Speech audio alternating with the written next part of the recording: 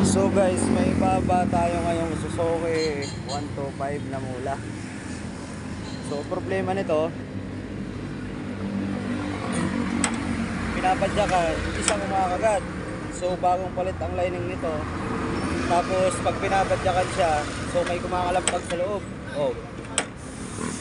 So check natin yung makina nito. Bababa muna natin. So mamaya papakita ko sa inyo kung ano yung naging problema ng motor na to. Kasi nga, so tara, bababa muna natin. Camera off muna tayo.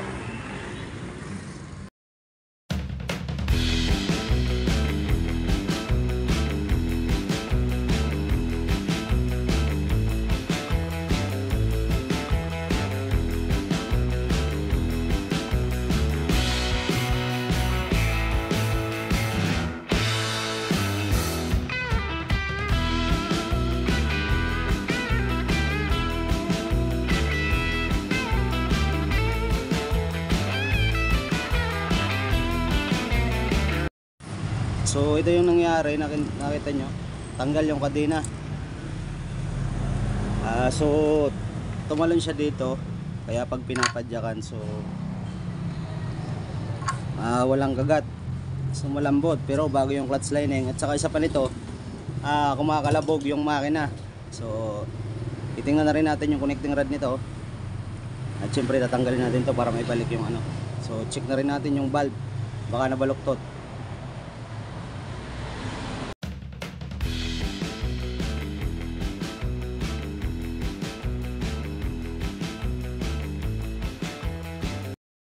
So guys, so makikita nyo kung ano yung nangyari sa valve. Yan.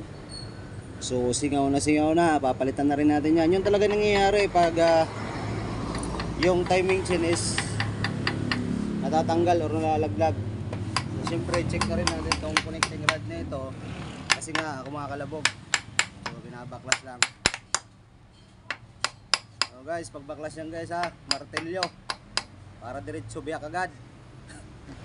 Mamahal. So guys, ito binabatak na po, basag. Seryo. So kita nyo, may bakat siya ng overheating, pero konti lang naman. So siguro naiga ng langis to kaya nagkakaroon. So pwede pa to. Nagalaw pa naman yung rig. Oh, okay. Okay. Isang 14.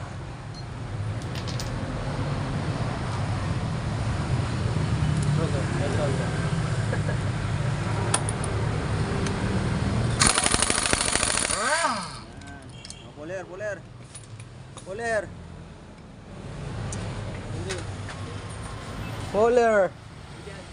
Saan? So turo naman to guys, ang doon. Hindi naman alam ko kung ano yung puller. So okay naman tong rod.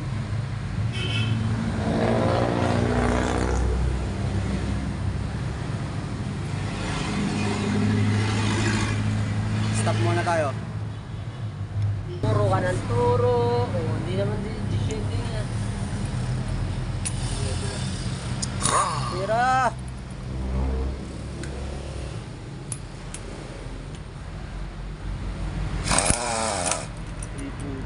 So guys, kita nyo maluwag yung magneto, kaya pala kumakalabog. So di ko alam kung anong ginawa dito, kung bakit lumuwag yung magneto at kung bakit lumuwag yung timing chain. So pag natanggal yung timing chain, matik yan, papalitan na natin yan ng bago. Hindi na pwedeng hindi na yan papalitan, kasi parang kanina yan nasa sprocket na pag natanggal, nami-misalign. So yun yung bibili natin, valve, timing chain, at syempre tingnan natin yung roller. So itong roller ubos na, chain guide, makikita nyo kaya tumulo siguro yung timing chain. Yan.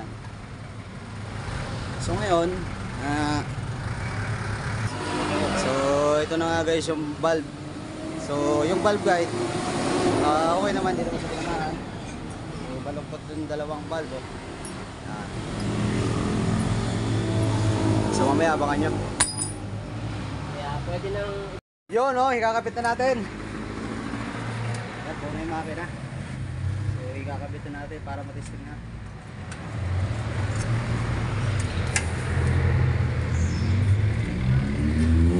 Nililinis mo na yung ilalim kasi sobrang dumi. Guys, kinakabit mo natin.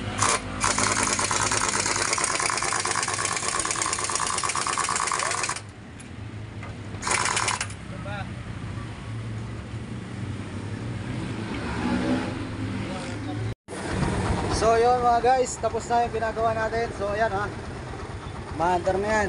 So nakadextrose muna kasi naiwan yung susi. Naiwan yung susi sa atin. So nag-rectang muna tayo. Ayan. So maandar na dyan. Tahimik na.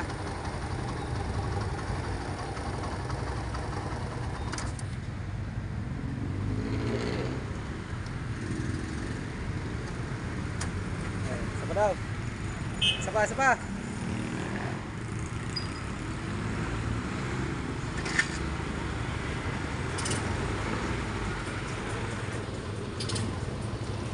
So yun mga tol, maraming salamat sa patuloy mo sumusupport sa aking channel, sa mga patuloy na subscribe yan. Maraming Sira pa yung salamat gear. sa- Hindi na ano.